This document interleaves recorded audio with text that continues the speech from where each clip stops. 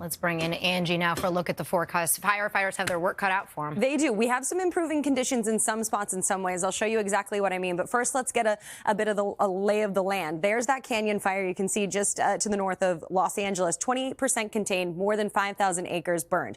The wind gusts, notice they're down. We're talking between 0 to 5 miles per hour. So that's, of course, an improvement. Now, as the day goes on, we don't see a lot of improvement when it comes to our humidity levels. So we're still going to be anywhere from 15 to 20% for our relative humidity. That's not great for those conditions.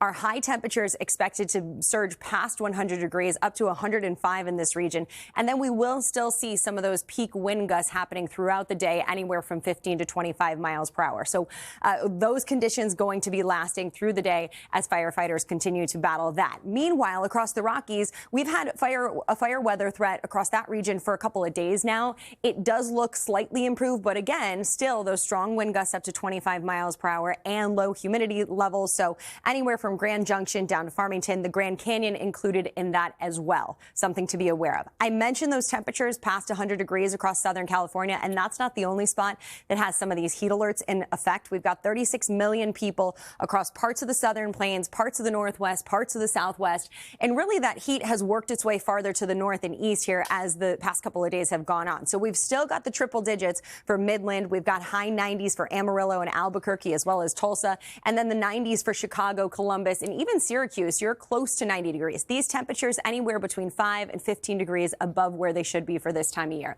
By tomorrow, that heat shifts a little farther to the east. We've got high 80s, and then we begin early next week with that summer-like heat, guys. Back over to you. All right, Angie, see you back in a bit. All right, we're going to check in with her in a moment. Back going to go with Angie right now, who's watching the forecast and already keeping eyes on the tropics. Yes, indeed. 'Tis the season, guys. But we've got some good news. We've got an area tropical disturbance 96L, 30% chance of development. Doesn't look like that's going to do a whole lot of anything over the next couple of days. So, of course, that's positive news. When we look just off the coast of Africa, though, we've got another wave that's going to emerge eventually, potentially, as we get into early next week. We could be looking at some development from that system. Let's look at the weather across the country. Let's see what's happening in your neighborhood.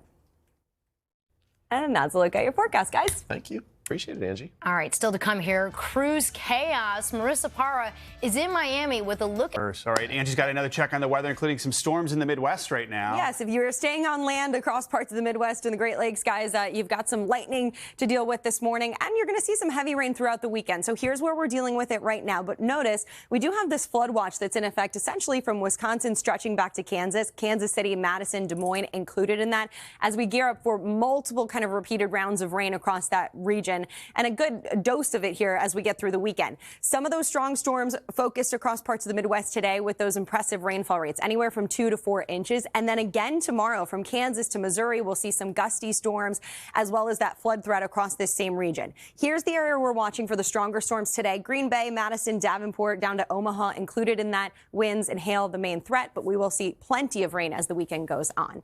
Let's look at the weather across the country. Let's see what's happening in your neighborhood. And let's look at your forecast, guys. Angie, thank you so much. Just ahead for you, history on the diamond. Now, here's a story we're celebrating this morning on our series In Depth. We are introducing you to the woman who was about to make history on a major league level in just a few hours. Yeah, umpire Jen Powell is going to become the first woman ever to work a Major League Baseball regular season game. NBC's Maggie Vespa is here with her story. Maggie, good morning. Hey, guys, good morning. And what a story it is. Maggie, thank you. Kind of crazy it's taken this long. It's about time. They've been doing it in the NBA since 1997, and MLB finally getting around to it. Congratulations to her, though. That's a big thing. Can't wait till the first time she gets to throw a coach out. All right, coming up next to Pop Star. Can you guess which sport the Ronaldo statue? I don't see it. They did a pretty good job. Ever look like That one's better, I think, than some of the ones we've seen. Is it 12 feet with the fist, though? Yeah. That's a big Tom Brady right there. That guy's not messing around. All right. Next up, we got Dolly Parton. Holy shnikes. That is one of the 2 movies as a young person I watched repeatedly Billy Madison over is and the other over one? and over. Clue was my other one. But Tommy Boy's the best. Fat guy in a little coat is so fun. That guy was one of a kind. We still miss him today. Still to come, the viral duo delighting freakier. We are back on a Saturday morning with today's talker, and the locals of one neighborhood fed up over the number of tourists stopping by and taking photos in front of their houses. It's happening in London's Notting Hill neighborhood, made famous in part by the 1999 Julia Roberts movie. And guys, I actually just got back from a trip there, and I can tell you the tourists are out in full force, including me. But not you. You weren't doing those pictures, right? You would never do that. I would never. NBC's Danielle Hamamdjian has a closer look for us.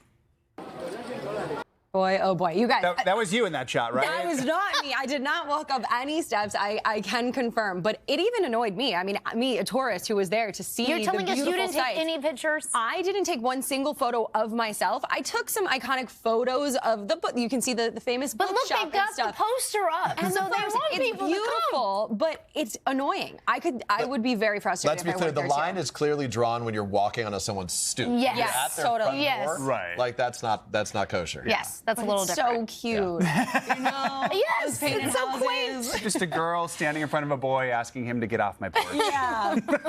No Hugh Grant in sight. What's Darn. the forecast looking like, my friend? All right, guys, we got of course warm temperatures. That's going to be one of the biggest stories across the Southwest. And as a look at the weather across the country, let's see what's happening in your neighborhood. And let's look at your forecast, guys. Thank you for no rain. I appreciate the nice day. All for you, my friends. Still ahead, a first for us on a Saturday.